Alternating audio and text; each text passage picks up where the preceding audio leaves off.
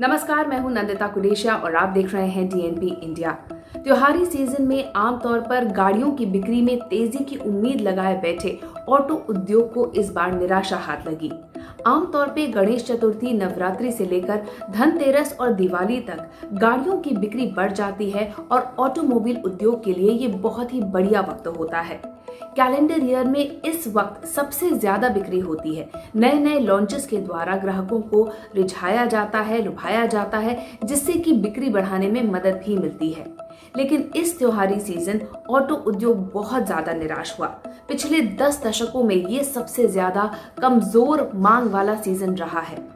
इस दौरान गाड़ियों की मांग बहुत ज्यादा कम रही, खासकर उत्तर भारत में, जहां पर गाड़ी खरीदने के लिए लोग आमतौर पे दीपावली के वक्त का इंतजार करते हैं। गाड़ियों की रजिस्ट्रेशन के मामले में भी पिछले साल के मुकाबले इस साल 2.5 अंकों की गिरावट दर्ज की गई है। दुपहिया वाहनों की बिक्री में भी इस साल कमी देखी गई। जानकारों के मुताबिक इस साल गाड़ियों की रिटेल बिक्री में 1/3 कमी आई है। ये डेटा 7 से 15 दिन के अंतराल में आता है, इसीलिए दिवाली के आसपास रजिस्ट्रेशन कैप्चर होने में अभी कुछ और दिन लग सकते हैं।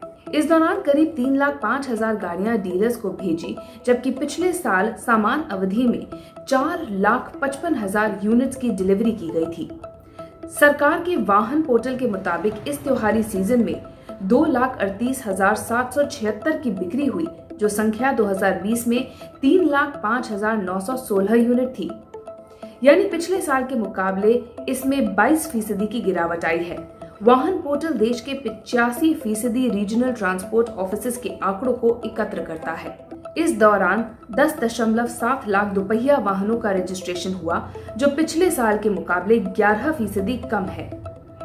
ट्रैक्टर्स के रजिस्ट्रेशन में भी 13% की गिरावट आई है, जो ग्रामीण इलाकों में दबाव की स्थिति का संकेत है। देश के बाकी हिस्सों के मुकाबले खासकर उत्तर भारत में गाड़ियों की मांग में काफी कमी देखी गई है, सिर्फ उत्तर प्रदेश को छोड़कर। वाहन पोर्टल के आंकड़ों के मुताबिक आबादी के हिसाब से सबसे बड़े राज्य उत्तर प्रदेश में इस त्योहारी सीजन में गाड़ियों के रजिस्ट्रेशन में 3.5% की तेजी देखी गई है। सिर्फ उत्तर प्रदेश को छोड़कर अगर देखा जाए तो सभी और राज्यों में गाड़ियों की मांग में कमी आई है। ये तुलना अगर हम भारत के दूसरे हिस्सों से करें तो यहाँ पर थोड़ी सी निराशा ऑटोमोबाइल इंडस्ट्री को जरूर मिली है। महाराष्ट्र, कर्नाटक और केरल ये ऐसे राज्य हैं जो वाहन खरीदारी में एक साथ लगभग 1/4 योगदान देते हैं, लेकिन इस बार इनमें 6 से 9% की गिरावट दर्ज की गई है। बिहार, दिल्ली, गुजरात, पंजाब, राजस्थान और हरियाणा जो वाहन की बिक्री में एक साथ 30% की हिस्सेदारी रखते हैं, यहाँ भी 15 से 22% की सबसे बड़ी गिरावट देखी गई है।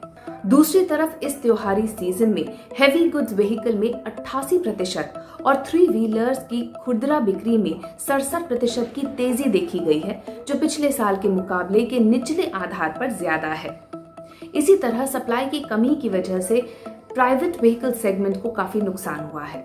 ऑटो डीलर्स की एसोसिएशन फाड़ा का कहना है कि ये त्योहारी सीजन ऑटोमोबाइल इंडस्ट्री के लिए पिछले 1 दशक का सबसे खराब सीजन रहा।